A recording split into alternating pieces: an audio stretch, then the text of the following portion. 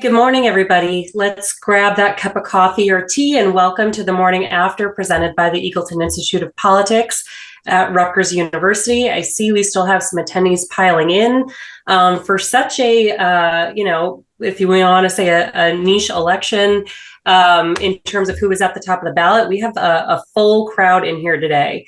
So as we're piling into the Zoom webinar, just a little bit of background. Eagleton has hosted the morning after since primary season of 2000 as a way for all of us in the state to come together and talk about the election that happened the day before, whether in person like in the old days or virtually as we are now. I'm Ashley Koning, an assistant research professor at Eagleton and the director of the Eagleton Center for Public Interest Polling. While I'm not the morning after's longtime beloved and recently retired John Weingart, I am honored to be your moderator this morning, especially with such an incredible expert panel. These panelists will help us break down this election cycle's top state legislative and local races, which traditionally suffer from low interest and low turnout when at the top of the ballot. I'm also honored to be joined by my co-moderator, Sarah Samdani, an undergraduate associate at Eagleton and the editor-in-chief of the Eagleton Political Journal. I now want to turn to our panelists and hear their take on the election cycle. Before that, I will introduce each one of them. We'll then follow up their analyses with some back and forth between Sarah, myself, and the panel, and then we'll open up to questions from the audience. As always, the great thing about this webinar format is that we invite you to use the chat function to submit your questions at any point throughout the webinar. Without further ado, let me introduce our panel members here today. We have a great panel. It kind of feels like summer camp since all of them know each other, so it's like one big reunion. First, we have Jeannine LaRue. She's the founder of the podcast LaRuelist Cafe. She's also senior vice president of the Kaufman Zita group and has spent almost 40 years serving the public on policy, governmental, and political issues in the public and private sectors. In 1971, she was the first woman, first minority, and youngest person elected to public office in the 56 square mile township. Charles Stile is a political columnist with The Record. He has been covering New Jersey politics from the State House in Trenton since 1993, first with the Times of Trenton and then with The Record, which he joined in 2000, also a recent Lifetime Achievement Award winner. Colleen O'Day has spent her entire career reporting New Jersey news and has won numerous state and national journalism awards and fellowships. She joined NJ Spotlight News in 2011 and now serves as its data reporter and really is just an all-around New Jersey election guru. Stacy Schuster is the executive director of Women for a Stronger New Jersey and is a veteran political strategist and the founding executive director of Women for a Stronger New Jersey. She's worked on dozens of campaigns at the federal, state, and local level. Arlene Quiñones Perez is the equity partner at DeCotiis, FitzPatrick, Cole, and Giblin, LLP. Mrs. Perez has been involved with the elections in New Jersey for over 2 decades and has served as the Democratic chair for the Hunterdon County Democratic Party for close to a decade. Her involvement in politics ranges from working on presidential elections to local municipal races. And finally, last but not least, Matt McDermott is the senior vice president at the Zita group. Mr. McDermott is a highly respected public affairs professional with more than 25 years of public and private sector experience. Matt has served in 2 administrations, including 7 years as a senior staff member to Governor Chris Christie and held senior leadership positions in 4 state departments.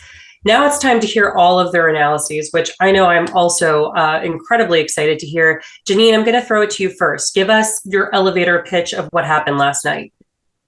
Well, I am so thrilled. First of all, to serve with all these people on this panel is just a joy because it's difficult because I happen to like them all. So it's not going to be that kind of energetic stuff that I like to go to 1-2 punches. None of that today. I'm just going to have my comments because I know we only have 3 to 5 minutes. So I want to focus on 3 areas that I think are important. I'm out of Trenton, as most of you know, and have been really engaged in politics here at the local level, right on up to the state level. And this year we had the first time in 35 years, think about that, a local school board election during a time when people are banning books and going after transgender kids and what parents do have a say about, what they don't have a say about. And one of the candidates who ran is someone who is kind of infamous for her anti-Semitic and also homophobic comments when she was on council, Robin Vaughn. So she's the one who pushed for a school board election and decided that she was going to run. And we had the pleasure of beating her 3-1 at the polls yesterday. It felt so great. Our first elected school board in 35 years in the city of Trenton is stellar. The current president school board, another person who has been a part of it for 45 years, and a young guy, Larry Traylor. They all won handily. So we're excited about that. Now we go to the county race that I'd like to focus on, because I'm sure we'll hear other county areas. I happen to have had the pleasure and the honor to be one of the co-chairs of Dan Benson from Mercer County Exec, which was pretty controversial in the beginning because we thought we were going to have a primary. He won so overwhelmingly last night, but not just won, but he won with opening the tent, getting a lot of other people at the table. We were thrilled. The only statewide race, because I'm sure we're going to have some great conversations on the statewide races, but the one I want to focus on is LD11. As many of you know, not only am I Black, female, but I'm also a lesbian. And every time I saw polls about what was and was not important to voters, I got a little nervous about what they would do at the polls yesterday. We are thrilled. I am the chair of the Garden State Equality Board. We are thrilled that we have the first ever lesbian out lesbian, Luann Peterpaul, who will be serving in the assembly this year. Absolutely thrilled and happy that all of her running mates did well. So I'll refrain from anything else right now, but that's where I'd like to start. Thank you so much, Jeannine. Charlie, as our one of two reporters on this panel, give us your take. Well, thank you for having me. And this is my 5th cup of coffee, so if I jump at any point and you see my socks, that's caffeine. But I would just say that we had been waiting, I guess. I think this is a really stunning defeat for the Republicans. There was a lot of this pregame hype about momentum, that there was a lot of grassroots anger that was going to kind of crest upward through from the school board races to the legislative races. That simply did not happen. That doesn't mean that they didn't, the so-called parental rights activists didn't score some victories apparently in Monmouth and Ocean County.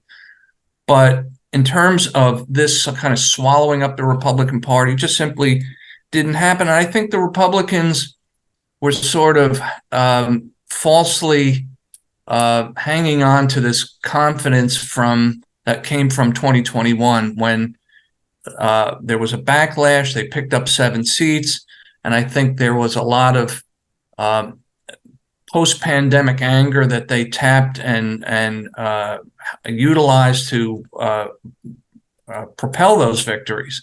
And I think that shaped their thinking going into this race, that anger was still bubbling like a toxic stew out there, ready to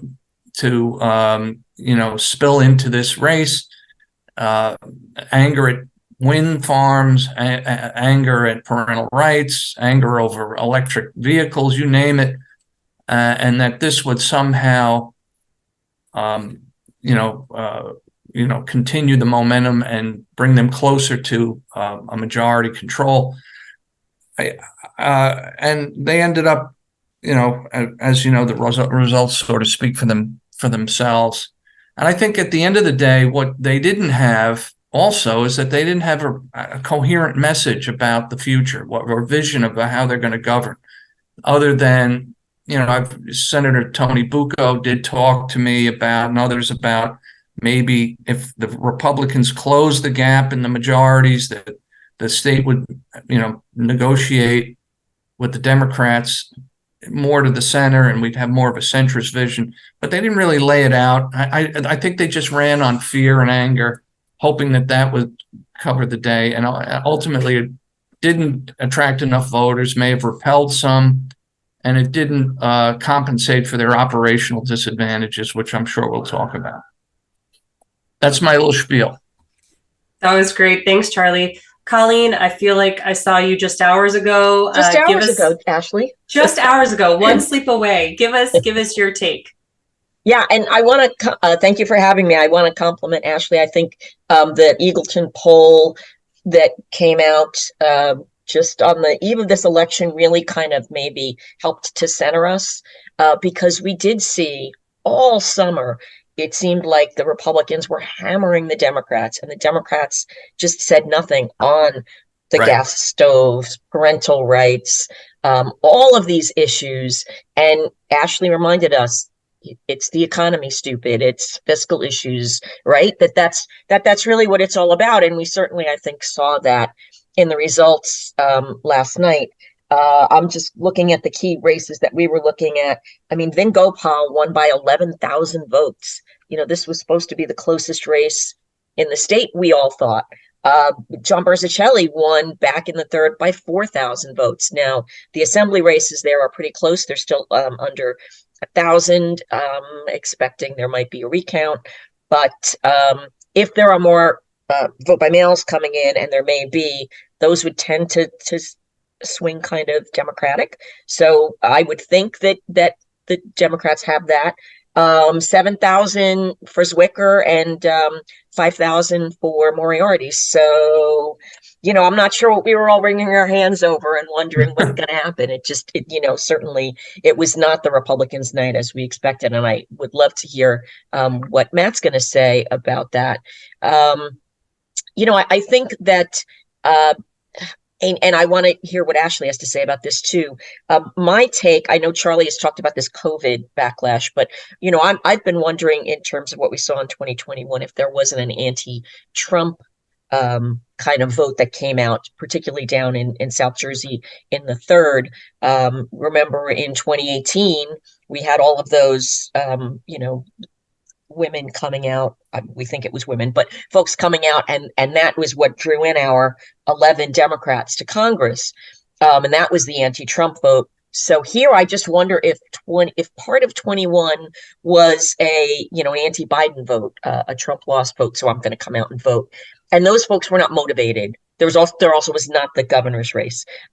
One thing I do want to say we don't know, and I'm really curious to see, is what the actual turnout's going to be. It looked like it was pretty similar to 2019. We don't know that yet, so that may answer some more questions, but definitely not a good night for the Republicans. Thanks, Colleen. Stacy, your angle? Certainly can't argue with that. Not a good night nationally, not a good night in New Jersey. And we had some really disappointing races and results in our legislative races. One thing that, I think it's noteworthy as Republicans do some soul searching here is that at the same time, we saw some really big wins and some bright spots at the local level, the county level and the local level. I mean, we won a mayor's seat and 4 council seats in Summit, 4 council seats in Westfield, where Republicans have been losing for pre-Trump. We saw 2 victories, 2 council seats in Milburn, which is a 2-to-1 Democrat town. So it's interesting, I think, reconciling the success at the local level with the disappointment and the losses at the legislative level is key to defining the path forward. And, one of the really obvious things when you look at some of these races where those local races were successful, they focused on redevelopment, taxes, transparency, things that, they highlighted a vision that they could accomplish, and they were disciplined in that message. And I think looking at how we can translate that at the legislative level, I think in 2021, one of the big overarching messages was a check and balance on one-party control, and people seem to respond to that. This year that was used, but the talking points underneath of it, I think, tied less clearly to that. I don't disagree with anything that's been said, but I think we have to look a little bit deeper at what we saw all the way down the ballot to understand exactly what went wrong at the top of the ballot. Thanks so much, Stacy. Arlene? Thank you very much. It's wonderful to see everyone this morning. And so Stacy went to the bottom. I'm going to go actually look to the top and start actually with some results across the entire country, because to me, that always helps me when I'm looking at numbers, especially when we're going into 2024, where we have the president, the U.S. Senate, and the U.S. Congress on our ballot next year. So you have Ohio, where residents won an amendment to the Constitution for women to have the right to access healthcare by 56.6%. That's a big win. You have Kentucky Governor Beshear won by 52.5%, who clearly ran on his opposition to the state's total ban on women's access to health care. Democrats in Virginia held majorities in both houses, setting back Governor Youngkin. And then, of course, Mississippi held the Republican seat with a 51.8% to a 46.9% margin. Now, for New Jersey, Democrats absolutely strengthened our control, or 20-year control over the legislature. We flipped back the 3rd District Senate seat, which is a seat, that should be held by Democrats for the time that we've held it. We also held 4 other competitive Senate seats in South Jersey, and ultimately broke even in the Senate, finishing with the same 25-15 majority in the upper house. Democrats also expanded their numbers in the Assembly, winning at least 3 additional seats. And then we have 3 others that are a little too close to call. So hopefully we'll have that. Again, this is something that's a little farther out for us, definitely by Friday for sure. You'll have the 3rd, the 8th, and the 38th. And then, of course, some huge wins to point out, just like Colleen did. You have Senator Vin Gopal's margin. It was 59.8% to a 39.4%. That wasn't close. Wasn't even close to being a close race. You have the Legislative District 16, where all 3 seats were held by Democrats, with the Senate seat taking a 55.4% margin, and the Assembly seat at approximately for both seats about 27%. Again, good margins for Legislative District 16, which we knew after redistricting would have a smaller margin. And then for the first time in history, we have a Democrat in the Assembly for LD 16 who actually is a resident of Hunterdon County. That is a huge win for us in Hunterdon County. I put a plug for us in Hunterdon County. And then, of course, going into Election Day, Hunterdon County had close to 70% VBM returns in numerous municipalities across the entire county. Again, huge wins for us from a perspective of being ready for Election Day. So I would say overall, Democrats had a truly excellent election year and election cycle for 2023. I'm really proud of how we did across the entire state and even how we did across the entire country. And I think that sets a really good tone for where we'll be in 2024, regardless of the most recent poll. It's still too early to poll on that. So I think we'll be in a really good shape for 2024. That wasn't my poll. I'm just gonna put Yeah. that. You're great. Just thanks, Arlene. Truly appreciate it. And Matt, last but not least. Thank you. First of all, it's a great privilege to be part of this webinar today and to share the screen, as Jeannine said, with so many people who I respect and like. So that's always a great combination. A lot has been said, but I am Irish, so I will say something. Every campaign plan is based on a few principles, right? Calculation, inspiration, motivation, execution, and then if you've done the first few items right, hopefully a celebration. So unfortunately, from my perspective, but not maybe, last night the Democrats got to have that celebration. I think they hit every one of those principles extremely well, as has been said here today. Calculation basically is your strategic plan. Who are you as a party? What is going to be your messaging? Who do you stand for? What kind of quality of candidates do you have? Secondly is the inspiration. How do you find issues that attach to people, energize them, affect them intellectually and emotionally to help motivate them to come out and vote for you, which we saw across many districts, including LD11 in large proportion last night that I think was unforeseen. And then part of this whole big issue is execution. How do you get people to return their VBMs? Particularly if you're Republicans, how do you ensure your GOTV and turnout is exceptional, particularly in a low turnout year, which this is the lowest turnout in the 4-year cycle. We know that Republicans somehow just can't get more motivated in these low turnout elections, at least at the state level. I think that's important. And so last night, the Democrats celebrated. Kudos to Senate President Nick Scuteri and Assembly Speaker Craig Kaufman. I think that they, to Charlie's point earlier, they learned after the 2020 election. It was a bit of a wake-up call for a variety of reasons. I do think COVID played a lot into that. I think there were other issues in that year, but they understood. They were a little nervous. It was a wake-up call. To their credit, they developed a legislative policy strategy that helped influence the campaign on how they were more deliberate. The Senate president, as you know, has been very deliberate in how he's run that House, and they knew they needed to think through how they were going to do this. I also want to credit Assembly Minority Leader John DeMaio and Senate Minority Leader Tony Bucco. They worked tirelessly to try to get the message out and to raise money. As you know, it's a great disadvantage to be on the minority party at the state level particularly. But they worked hard. They tried to get across. They recruited good candidates. And as we saw last night, best laid plans didn't really work. So at the end of the day, money matters. Campaigns with good execution, turnout really matter. Messaging matters, and quality candidates matter. But I will also say there was good news for Republicans, as Stacy noted. Really significant is the leadership from the county and local levels and their candidates getting out and taking advantage of messages. So in Monmouth County, where I live, Chairman Sean Golden and the party did a great job in ensuring that 2 freeholder commissioner candidates, I can never get that right, won by 20 points. They 20,000 votes. They did exceptionally well with an incumbent and a new candidate. At the same time, Senator Gopal was crushing it over in LD 11 and working really, really hard, which also is a reflection of what happened 2 years ago. Nobody took this race for granted. We saw that in LD 3 in John Bersicelli, who probably worked incredibly hard to make sure that what happened in 2021 did not happen here again. And again, he's another reflection of quality candidates. He was just a good name recognition. He's a smart, savvy elected official and legislator. People know him. He was a local elected official. Same with Vin Gopal. You know, it's just hard. Steve Donesian was a great candidate. It's just hard to overcome their work, and they had a great strategy. So I think good news goes forward. As Stacy said, I think the party looking forward to 2025 and beyond, or even between, has to think about what we stand for. How do we come to, I think, some messaging that matters to most people in New Jersey on issues. Thank you. Thanks so much, Matt. Thank you. Everyone, we are making great time thanks to the stellar panel over here for keeping everything tight. Apparently, just like Charlie, we've all had our caffeine this morning. So that means we have even more time for our questions and then to get to some audience questions. I'm first going to pitch to my co-moderator, Sarah. Arlene brought up an excellent point about 2024, and I actually see in our questions somebody talking about 2025. So Sarah, why don't you lead us into our conversation?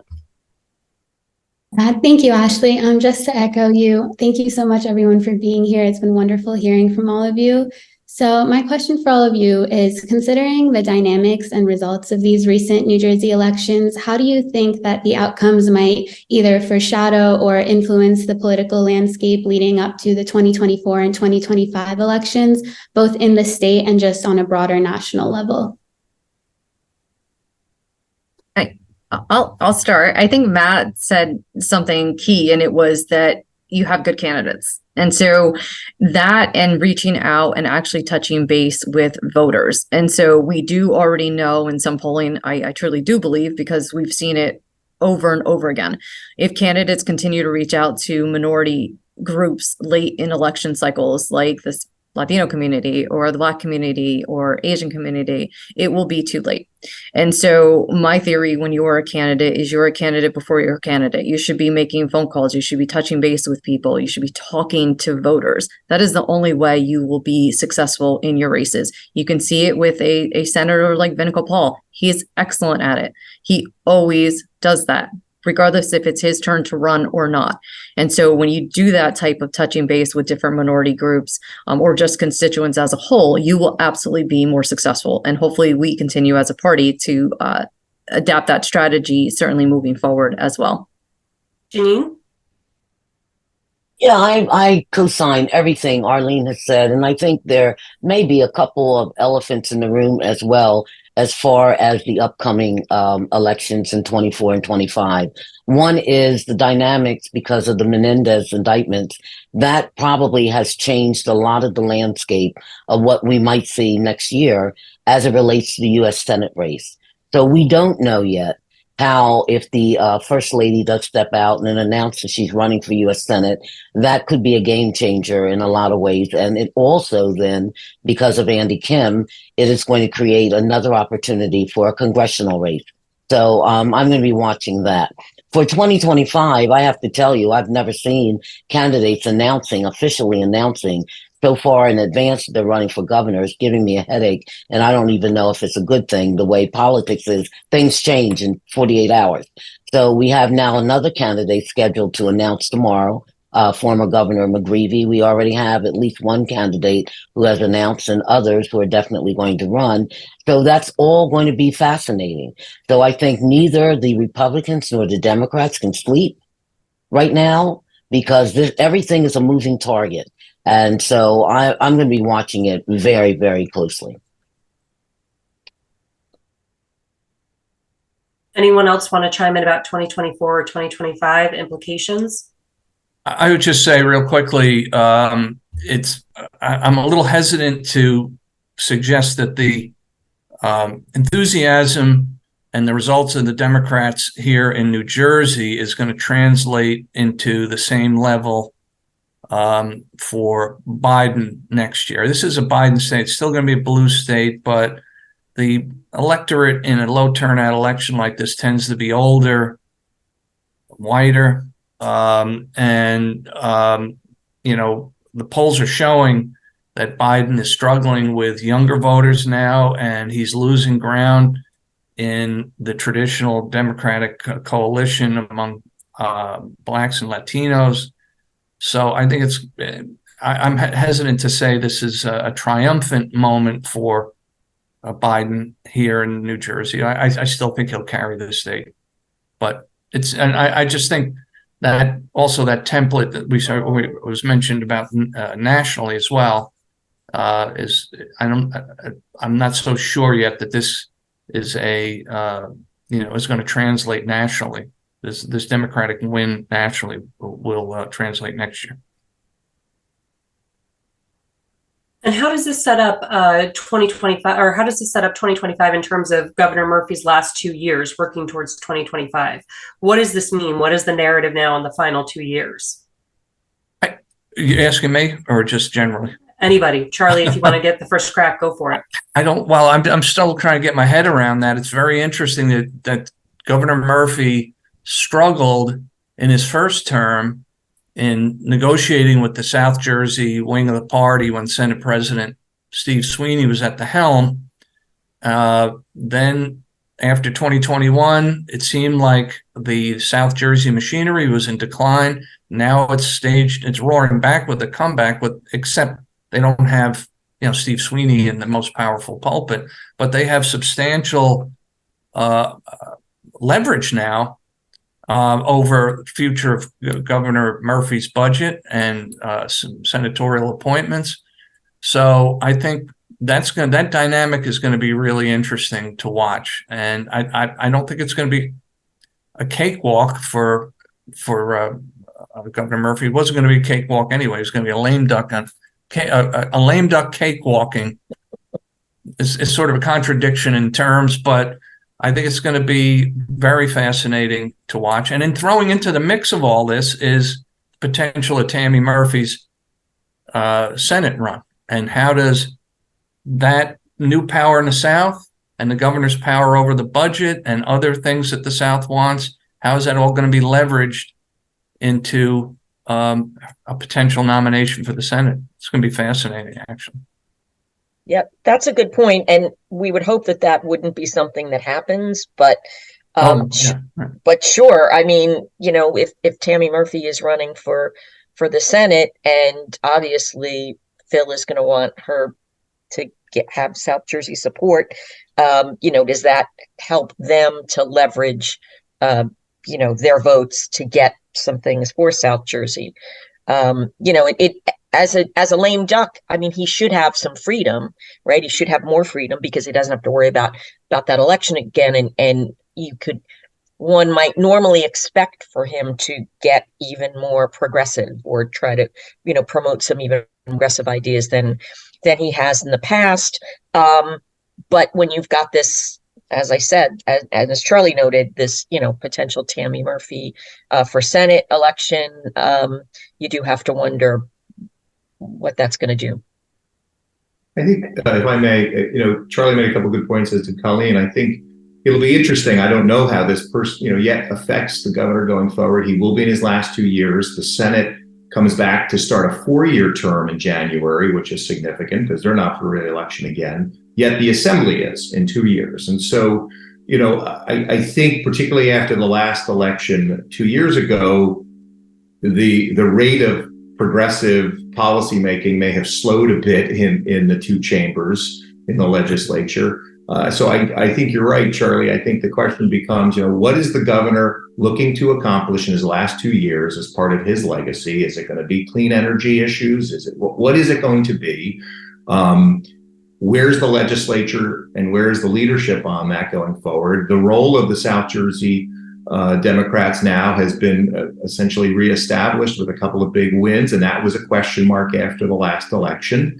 With John Berticelli and Moriarty taking the 2 Senate seats. Clearly, LD1 and LD2 are solid Republicans, and I think they'll stay that way. They have great leadership down there. But what's that gonna mean to the governor as he sorts out his policies? And right, there's the First Lady's issue running into that as well. So, and not to, we still have the congressional delegation vote, and we have the Senator Menendez issue that how does he deal with that, and how does he work through all of this? So I think it's going to be interesting. I don't think, like Charlie, I think I'll pass on making any great prediction, but I think we have circumstances that will warrant something as we go forward that's worthy of looking at. Maybe I'm a little more positive as a county chair, I guess. I feel like, one, you have a great mandate from yesterday that the governor can certainly rely on to continue to push the agenda that he's been pushing now since he's been in office and continue to move forward with the things that he wants to see for the state for the next 2 years. And when we talk about the U.S. Senate, there will be a number of candidates that come forward. The First Lady hopefully being one of them as well. And, she's a strong candidate on her own without just the governor on her side, right? She's got an excellent background as a candidate. And then you have the timeframes, right? So if we're talking about U.S. Senate and a primary that's done in June, the general election, we're going to hold the U.S. Senate on the Democratic side. A Republican taking that seat would be extremely hard in a state like New Jersey. So for me, when I look at elections, I look at the timeframes and what needs to happen in the next number of 6 months that we have. And then what the governor does after that 6-month period with his policies and things that he wants to get done going into the next cycle for 2025, which is the gubernatorial. And what does that look like for a Democrat to be able to hold that for another term, right? Because it would be history in the making. So I think those are things that I'm looking at when I'm looking at the next number of years for the election cycles. Thanks so much. Let's pivot now to those issues that were so important on the campaign trail this election cycle. Stacy, I'm going to pitch to you. We have a question from the audience. If we don't mind, we can do kind of a little bit of a blend of both. And there's a question from the audience regarding school boards and the parental rights movement. Can you comment especially on that school board level? What were the issues at stake in this campaign? And then we can open it up in terms of all of the issues that were discussed, and did we see them pan out on election night? So, and I apologize, I have a cold, which is why I keep muting, so that you're not all listening to me cough. The school board level race, it's difficult to tell at this point in time. We certainly saw in 2022 that people were motivated by that issue and by that office. So when we went back and looked at the data on low propensity Republicans who chose to come out in 2022, a number of them said they would in advance of the election, but the ones that actually did, the issues correlated really strongly with education related issues. And you could see in places like Morristown down in South Jersey, the number of people voting in school board was higher than it had ever been. And it was competing with people at the top of the ticket voting for Congress. So there was data to suggest that those issues motivate low propensity voters. And I think that's what Republicans were working off of. Whether or not they motivated and those voters for school board level office and it translated, it's because they're not RD marked on the ballot there. It's really difficult. I don't know the names of a lot of them for me to assess whether or not that was successful there. Certainly at the local level, the mayor and council seats that we picked up, those issues weren't ones that were being discussed. The issues focused on the issues that Republicans have won on in previous years. They were economic, they were local, and the success there was clear. And obviously it's also clear that that issue didn't serve to motivate voters, at least not sufficiently enough at the legislative level. Whether or not it did so at the school board, I just don't have the data to back it up yet. I suspect we're going to see mixed results, though. In some areas it will have been really successful, in others it will not. Let's open it up to the broader conversation of issues that had played out this election cycle. Anybody else want to comment on the issues? Obviously, as Colleen mentioned, we came out with a press release on election day regarding the issues that were at the top of voters' minds. And voters told us it was the economy and fiscal issues, which is very different from what we heard on the campaign trail. I would like to weigh in on the issues. I think what has happened, one of the things, we have a dwindling accessibility to the media. It used to be you could learn so much about candidates through newspaper articles and that type thing, and we just don't have the breadth of it that we used to have, which people tend to have to be educated. And I think on a lot of the issues that surfaced yesterday, and those that people thought would surface, where they tried to tout these issues based on fear mongering, the reason it didn't work is that people have begun to educate folks on issues. The whole issue about parental rights. Once you talk to parents about their kids who may be very nervous about coming out of the closet, or who are changing their pronouns because they really feel this within themselves, but they don't know how to handle it with their parents. It's not about snatching parental rights from the parents. It's about what do we want to do that's in the best interest of the kids who are struggling. So I think that a lot of what happened yesterday, it's about educating voters. And the last thing I'll say, what I'm finding in talking with people, and I have friends on both sides of the aisle, people aren't as angry as they were before. Yeah. I mean, that could change next year, but folks are just not as pissed off as they were when you had somebody like Trump, who always had the podium. He could make all of us angry. But that's kind of calmed down. I'm sure it'll return, but that's calmed down. Thank you for putting it so bluntly. That was really what I was trying to say in my opening remarks. People are just not as pissed off as they were 2 years ago. I agree with that. I also, Stacy, that was a really good point. I was wondering about this whole, the ability of the anger from this coming up ballot, if you will, for lack of a better term, from the school boards to the legislative races. And it's a very simple barrier. You don't really have the advantage of putting the school board people on the line with the rest of the candidates. And that's an operational problem, I guess, for any party that wants to exploit the school board elections going forward. But certainly this year, I think it was a problem for the Republicans, which they had a hot issue and they couldn't really channel it up yet. I don't know. I mean, that's my suspicion. I don't know that. I don't have the absolute data to back that. One thing about parental rights as well, I think I talked to Tom Malinowski last night, who was at the Zwicker headquarters, and he was part of an effort to push back on parental rights. And he said what I thought was an interesting point is that people may be all amped up about parental rights, but they're really, there's also a significant amount of people that are afraid of book ban. And once you are able to put the emphasis on book banning, then the ardor for all of this, for parental rights gets diminished. And so I don't know if the fear of book banning, I think, kind of piggybacked onto the other, sort of overshadowed in some places in the minds of some voters that, hey, I might be for parental rights, but I don't know about this whole book banning thing. Look what they're doing out in all these other states. They're getting, they're really lunging to right. I don't want that in my middle-class school district here in New Jersey. I think that kind of dynamic might have worked. And finally, I think the other point you made too about the sprawl. I saw that in my district here in the 16th. It came late. I thought it was a very effective message, but it just seemed to come late, and it wasn't attached to, and I didn't think emphatically enough to one-party rule, which I think was another really potentially good theme. I just didn't see it emphasized, frankly enough. It seemed to get lost in the clutter of all these other culture war issues that the Republicans were running on. Yeah, I'm with Charlie in that district, and yes, I saw those mailers come late, but they also came along with some late mailers sent by Senator Michael Testa, who, as far as I can tell, still hasn't reported to ELEC that he's paid for them. Another man who we think is running for governor, and yes, it would be nice if he would fill out the proper forms.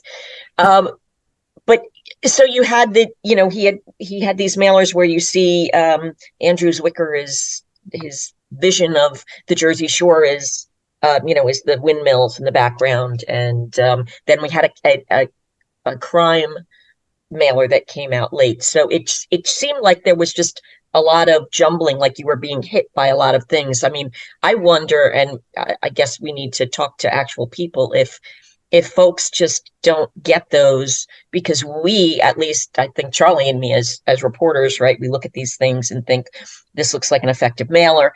If the majority of people don't just kind of toss those aside and don't actually look at those issues and still do go into the polls thinking about the property tax and the pocketbook issues, or just, if you're a partisan person, if you're a Democrat or a Republican, you're just looking to vote that line, at least at the races that have that that party listed. I do want to note that I feel like this was the first general election where the school board race could have become tangled up with politics, which is something we had avoided for so many years by having it in April, right? That was the idea, to have those elections originally set aside because you didn't want them to become part of politics. But it doesn't seem, at least from the results we've seen so far, as I think Stacy said, and Charlie is indicating that's really kind of bubbled up or maybe even pushed down. I'd like to, I think those are some great comments. I want to go back for a moment to what Jeannine was talking about with the press, because I'm always curious. It kind of connects to what Stacy was talking about, right? So all politics is local. The Republican Party saw great gains this election at the local level. I'm noticing that a very emerging issue is about development or overdevelopment, however you want to see it, where all of these towns and all of these communities have old buildings, blighted facilities, old, commercial properties that are in need of redevelopment.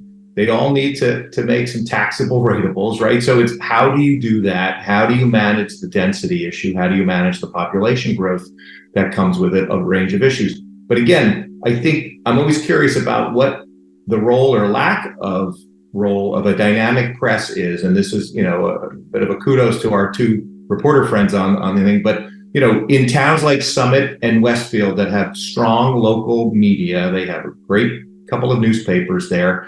People read those papers. They're part of your community, right? It's a fixture. Where does that end? And of course, we have two sets of races this legislative season, right? We have a state race, and then we've got the county and local races. And there are a little bit of a difference there. And you are appealing. It's so much easier, I think, for a local elected official or a candidate to touch people and talk about same issues. They live in the same community. If it's the right message, I think it's very effective. The further we get away from the constituent, the harder it is to capture their attention. Anyway, so I'm just always curious. I don't have an answer, but I think part of this is, where is the press in this? Where is the lack of local media helping or hurting our candidates and our process? And I think that's just something we always have to think about. How do we get that message out? Just a couple of notes. Just a couple of notes, because I do want to hear from our reporters, Charles and Colleen, in terms of their take. I think some things to know. I mean, I want to say it's about a 23% turnout, right? So when you say that people aren't pissed off, they're not. I mean, 23% is not a good turnout for an election year. We knew it was going to be low. It's the top of the ticket is Senate, Assembly. Yes, right. But that still shouldn't make any of us proud. That's not a good turnout number for any state in our country. We should want people to come out and vote. In terms of, I am a parent of 3. I want to make sure that when we put people on the school board, it doesn't matter if it's a D or an R. It matters that it is a person who cares about making sure our children are taught and educated with what is essential and important to them as they continue to grow, right? So I never want to see a line that entails, Assembly, Senate, Assembly, local candidates, and a school board. That to me is never how we should be in New Jersey or in this country. And so local races, what we definitely need are newspapers and reporters able to tell us a little bit more about what these candidates stand for, especially on a school board level. Because when we don't have that, then we do have, and I will say this as a Democrat, Republicans, certainly in Hunterdon County, that have taken advantage of this opportunity for the last number of election cycles where they have literally infiltrated and taken pictures and sent out mailings together where they are running as a line for a school board. To me, that's inappropriate. That should never happen. It's something that we have very much shied away from, even when we are requested to do so. It's not where we belong. It is parents and neighbors helping to educate our children and creating policy that is important for our kids. So, if we have reporters that are able to help us more on certainly a school board level, that would be essential to making sure that that does stay separate and apart, right? People can get out their message in another avenue rather than having attached to a party in order to get their message out. So just some things to note. I mean, the school board is such a difficult issue to deal with. Because if we don't start to utilize these avenues on the Democratic side, Republicans will continue to put very right-wing people into the school board. They already have over the last number of election cycles. We have seen it. And yes, when people take the time to explain the position that no, we are not in favor of book banning, but sometimes it's hard, right? Unless a reporter is getting that message out that this particular candidate stands for book banning, how do people know that? We were lucky that we could say, hey, we know a neighbor that knows this neighbor. They're good. They'll be fine on the school board, and be able to get that message out for them just to try to help. But at the end of the day, it would be nice when we have local information to be able to have those avenues available for citizens when they're going to vote. First of all, I totally agree with all of that analysis. I will say, though, on parental rights, there was some really, I think, excellent reporting all around by my colleagues. The record, we tracked it very well. There was an excellent piece in Spotlight by a young reporter, Hannah Gross, who actually went out and videotaped interviews with transgender youth who are in the crossfire of this issue, and I think that was really excellent. Really brought the issue home for anybody who watched that. So there was great stuff. Marianne Carruth, who from my paper I thought did a very nice job, and others. I'm not leaving anybody out deliberately. So I think it is really. I think what Arlene mentioned, though, the real problem is, I think, the local level. You're just not getting that municipal coverage, and that's where that really tracking that grassroots activity is really important. I come from a tradition at the Princeton Packet when I started in the 80s. That was a paper this thick on Thursdays. We covered everything, and now there's one reporter for the whole region. So it's really pathetic. And I don't profess to have any answer to that. And I told Jeannine the last time I was on a Zoom, she brought up this issue about the press, and I told her she should give me some time to get some antidepressants. So before we have this discussion again, and you jump me. Well, you know what though, Charlie, let me just say this, and my passion, I always wanted to be a reporter when I grew up. I mean, I was an English major and I was an English teacher and I was a stringer back in the days. And I remember when I served on the school board and on council, one of the things that we as elected officials prepared for between meetings, we knew when we walked into the room, there were going to be about 5 or 6 reporters sitting in the back of the room and just leaning in on every word we said. They had our packets before we did. And now, quite frankly, people can sit up there and say anything in public meetings and vote anyway, and there's almost nobody watching. And it has changed the dynamics tremendously, and I don't think for the better. Yeah, I mean, I wish we had an answer. I know, Charlie, probably everyone on this Zoom. But yeah, it's a problem with what's happened. When I was before I was at Spotlight, I was at the Daily Record for most of my career, more than 20 years, and we covered every single school board race, every single municipal race. You called every single candidate.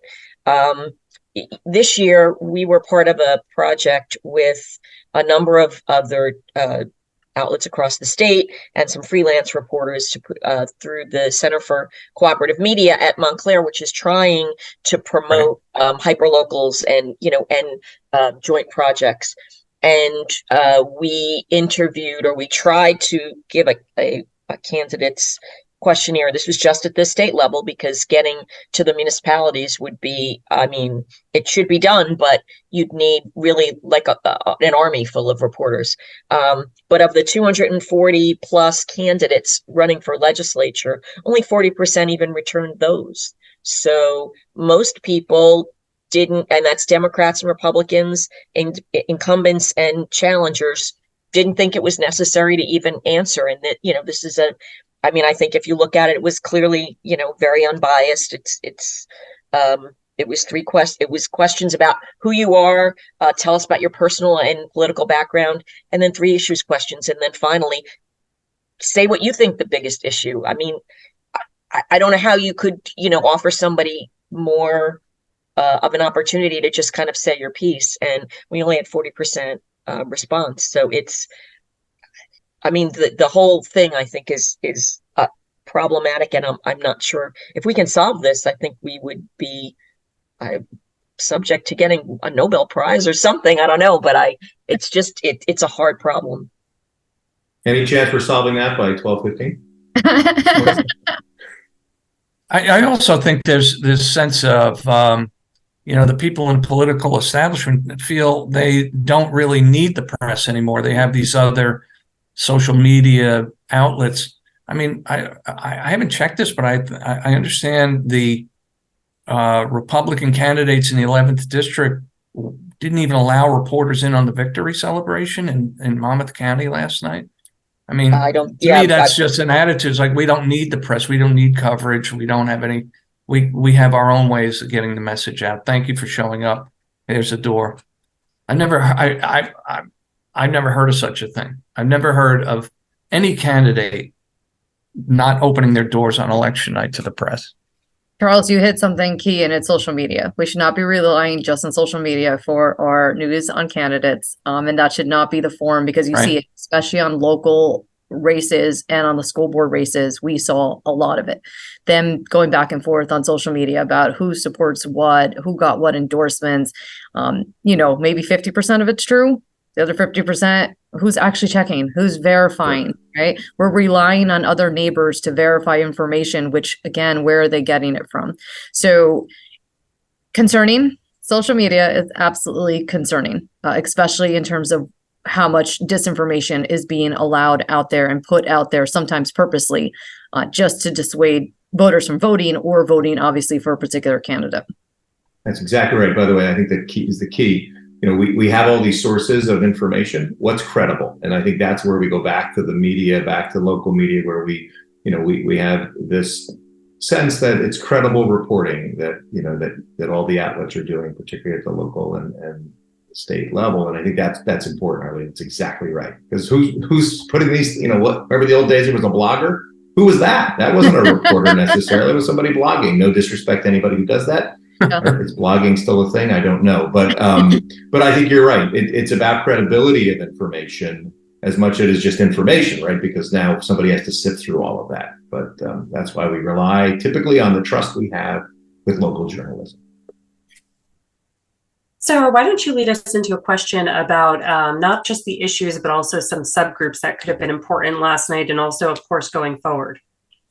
Yeah, thank you. So a lot of your responses were very insightful, so thank you. And for me specifically, as a college student, I'm very aware of the low voter turnout with the younger demographics. And so I was wondering what you all thought were specific issues that would make it more likely to encourage and motivate more young people to come out and vote. And just also more broadly, how would you describe the youth voter turnout, as well as turnout for specific subgroups like Latino and Black voters?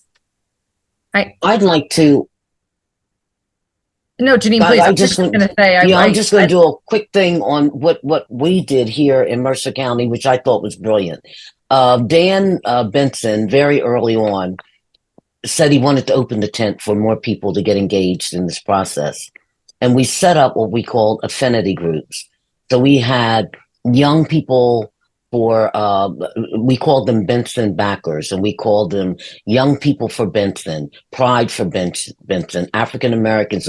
We had something like 11 subgroups, and those groups actually held house parties or meet and greet over the period of the spring, the summer, and the fall.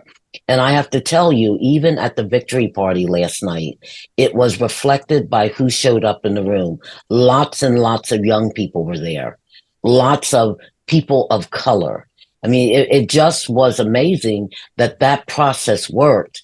And when we look at the database of how many people, we kept tabs of the numbers over the course of the campaign, how many new folks we touched from the spring until last week. It was amazing. So we did, and it takes work. Affinity groups, it takes work to get all that coordinated, but it did work for us. I love this morning after panel, and yet I haven't had time or haven't gotten the numbers yet to really be able to dig in to see what was Black turnout, what was Latino turnout, what was Asian turnout, what was young turnout, right? We don't know that until we actually dive into the numbers. And for me, it's all about numbers. They don't lie. And so it's nice to hear what Mercer County did with Jeannine and having those, again, I said it before, reaching out. That is key. Having a candidate that is willing to open the tent to make sure that they tap into as many people as possible, whether that's young, Black, Asian, Latino, that's what we need in order for people to feel engaged. Again, that's why I do believe the polling that's out there on the federal side, and it's that you don't have those groups engaged right now. They're not either paying attention or they're not paying attention, let's say. And again, like we talked about voters not being pissed off, they're not, right? People are very focused on their lives and the things that they have going on. And so we saw low voter turnout yesterday. It's going to take a candidate and candidates on both sides to really tap into different minority groups and young people to see how they can get them engaged. And it's something we try every cycle, and sometimes it happens too late. You cannot wait to do this. And so I think Governor Murphy has done a good job of it. You also have Chairman Leroy Jones, who has really brought in the tent for the Democratic Party and made sure that there are caucuses now that are touching every possible demographic in New Jersey that you can. And I see that as a county chair, and I see it with him doing it with the Latino community, Black, Asian, veterans, young. They are really doing a good job of having these caucuses and trying to get people to really come into the fold and know what the Democratic Party is about. So again, I'm looking forward to what this next cycle looks like, because I think we're doing the lead work. I just like to add to that. I after 2021, the Democratic Party pivoted away from more progressive social issues that might appeal to younger voters and people of color, and put the emphasis on affordability. I mean, pocketbook issues. They rung up the biggest rebate check program in the history of the state, and it promised it's going to come in subsequent years, even though I'm not sure the money's going to be there to sustain. I don't think it's going to be there. I wouldn't bet the farm on staying New Jersey. And there was a noticeable absence of things that issues that might appeal to kids in this election. I got kids. I'm just showing my age here a little bit, but I mean, there was no discussion about DACA or immigrant issues, social justice issues, any of the concerns that were raised by the post-George Floyd moment wasn't there. This was strictly an attack at the kitchen table. Right here in the 16th district, you had one of the most progressive members, Andrew Zwicker, and his team literally sitting around the coffee table without Danish, talking about, the future of New Jersey, and making themselves look like ma and pa voters, not necessarily appealing to young kids, but to older voters who tend to vote in and suburban voters who tend to vote in low turnout elections. Yeah, The other thing that goes along, and then Colleen, I'm gonna shut up. sure. No, go ahead. But I just want to say this because I know people get tired of hearing me say these things, but it matters. It also matters how we show up. I mean, look at the screen. When I started on this road, 1982, coming to the morning after, and I was within JEA, and in my mind, people who did the spinning the morning after, they were all white men. I remember coming to Eagleton for years and listening to people analyze what happened during the election. And it was, unless it was Ruth Mandel, it was all white men. Look what you put together here today. I mean, I might be the oldest one on here. I'm 73. I'm an old fart. Think I'm a little bit older than Charlie. You got black folks, Latina, you have Dems, you have Rs, you have women, you have all of this on here. And how we show up and engaged in this forum, it does matter. And so I just wanted to throw that out there because, we started out with almost 150 people watching this, and we still have just about 130, and they are seeing a picture of what New Jersey looks like. Sarah, years ago, it would have been a young white male student throwing out these questions. We've got to stop it.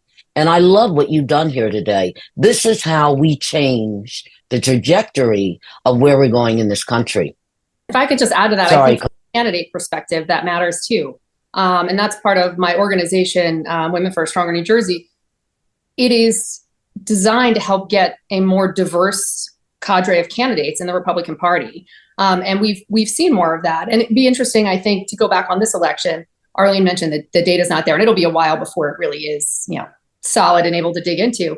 But, there are places where we ran really young candidates that we typically don't have. Deirdre Koksar in Cranford, who looks like she may have won.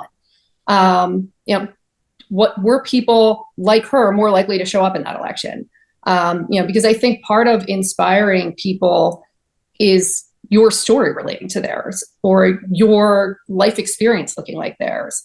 And if we're going to dig deeper into these different groups of people, we need to have people that reflect their communities running for these offices. So I think that's a critical part. You got a young candidate, at least statewide, or a legislative candidate in the 16th as well. In Ross Traphagen, my son actually went to high school with him, which kind of had to make me pause. But getting to Charlie's point, I think as long as we keep seeing that it's mostly older voters, we're not going to see those kind of issues that are attracting younger voters. I mean, I'm thinking too, there was so much that Murphy has done, and in terms of making college more affordable at the county college level and also at the state college level, at least for some of that. Obviously, state college is kind of it's a little bit harder to say because tuition keeps going up because of the amount of, in part because of the amount of state or because they're not getting enough state aid. But at least in terms of the lower income folks, that's something that could have been brought up, but that was something else that really was not an issue. I mean, there was literally nothing, at least on any of the mailers that I saw, that would have attracted a young person like my son to vote. I actually have two candidates. I just want to point out, we had a person run for council. He did win in Flemington, Trent Levitt. He's young. I can't wait to break down the numbers to see where they came from in, again, Flemington, right? And another one in Raritan Township, Cushwant, Paul and John McKay. Cushwant is an excellent candidate, a younger candidate. And of course, Raritan for us is a more difficult municipality to win because the numbers are just not there yet. However, they did move the needle, and that is a key to us. And it's what we've done in order to make sure that we can take seats like the LD Senate seat and the LD Assembly seats. So really proud of these candidates, but I just can't wait I'm so sad, but I can't wait to dig into the data and see what it tells us about who these voters really were. And again, how we use that information for next cycle and leverage it really to help us win. I have one final quick question about the youth vote. I mean, I wonder how much the Democrats appeal to emphasis on abortion and the warning about the Republicans. If they win, they're going to come in and roll back reproductive rights, how that appeal to younger voters. And Stacy, also, I wonder if, how many suburban Republican women were motivated by that attack as well. I don't know. Maybe they just targeted to Democratic households to get the base out. So be it. But I'm just curious about that question. In places like 16, where you've seen a shift of what used to be a behavioral Republican to a behavioral Democrat, I too wonder how much those things affected it. And I'm not sure that people bought the intellectual argument that someone's going to ban abortion here in New Jersey. But I think that at some level, we have women who we target that to, who are offended by the idea that they don't care about the woman in Alabama, that this is just about New Jersey. Right. And it's the issue that itself that is a motivator. So I think that will be interesting to look at, and that won't be something that's obvious from data on who turned out. But it's clearly something that affected a universe of people. And in 16, it's a great example of Ross Trothagen, the young gentleman that Colleen was talking about. He's pro-choice, openly pro-choice. Right. Pro-choice from the start. Yeah. He was running beneath someone who had a very clear and public pro-life position, and people couldn't separate the two. And I think that's a question we need to answer in a state like New Jersey, where you have a lot of moderates who are pro-choice, and even some voters who would call themselves conservative on the Republican side who are pro-choice. Figuring out what to say about that issue, and also getting to the point where someone says something about that issue and it's able to be heard, is important, because Ross certainly made every attempt. But again, not having regular media and local media that's getting into these places, no arbiter, at the local level who's saying, no, this is actually where he stands. It makes it really tough. Yeah, and I think that's a question of resources we need to address.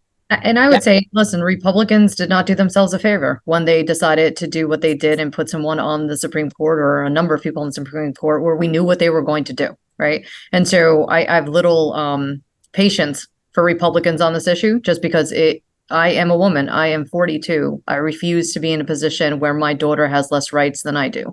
Both my daughters. And so for me, when I look at this issue, Republicans need to own it and deal with it and move on. And so if we as Democrats need to push very hard, because there are bills, even in New Jersey, where they are trying to limit access for women on healthcare. That's unacceptable. While I don't think they'll ever be able to pass, it's still unacceptable. You don't ever get the right to tell me what I get to do with my body on any day. And so I think this issue is one that Democrats should own and use, and make sure that we continue to safeguard women in every respect when it comes to what they can do with their bodies and their healthcare.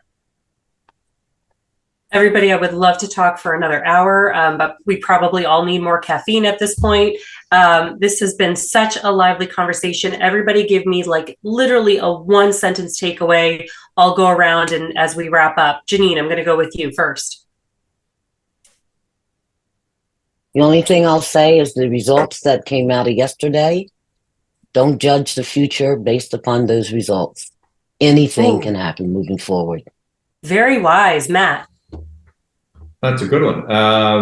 I think the same thing. Don't take anything for granted. Really think about your plan as you're going into it. Understand, if you're Republicans, that we are at a disadvantage organizationally at the start of the day, in terms of registration. We just have to do a much better job on using all the tools of the voting process, which is vote by mail, the early voting. And all I will say is, I wonder if early voting is as necessary as the other two forms of voting, right? So we do a lot of the VBM and day of, but early voting seems to be trickling down every day.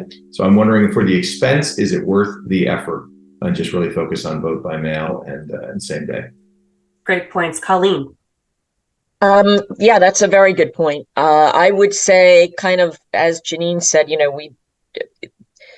a day in politics can be a lifetime. Anything can change. So certainly going forward, I don't think the Democrats can rest on their laurels. Next year, I agree with, I forget who said it, but that if we don't have a Democrat in the Senate, that would be shocking. But it's going to be an interesting race for the primary coming up to that. Great. Charlie. I think, very quickly, the vote by mail dilemma for the Republicans again shows the everlasting ghost of Donald Trump and his conspiratorial and reckless rhetoric from 2 years ago. It's going to be a while before you shake that out. And I'm also relieved that no trans kids were harmed in this debate over parental rights, that it didn't heat up to the point where some kids may have been attacked. And that might sound a little hysterical, but I live in Princeton, and there was a swatting incident here at the Bayard Rustin Center that had them really frightened for a couple of weeks. So there's my takeaway. Thanks, Charlie. Stacy. I would just echo what Jeannine said, and in particular for Republicans, I think a lot needs to be done to look at the results and what they need to learn, the same way Democrats did in 2021 on their legislative losses. I think Republicans need to take a hard look at what happened this cycle and what they need to do moving forward, and use some of the bright spots this year as a guiding principle there. Thanks so much. And Arlene. I just think that we as a party, and I'll speak for Democrats, we need to continue to engage certainly the Latino community as we're going into 2024. They will be absolutely necessary here in New Jersey, but across the country, to ensure that we actually hold that seat for President Biden, if he is, of course, our nominee. But I think that that's a key piece that we all need to be very focused on, because it's going to matter for us. Thank you so much to our incredible panelists this morning. Thank you to all of you. Once again, this is the morning after. Thank you. A huge thank you to my co-moderator, Sarah. And we hope you join us for future events, and go read some election and results and have another cup of coffee. Thank you so much, everybody. Have a good morning.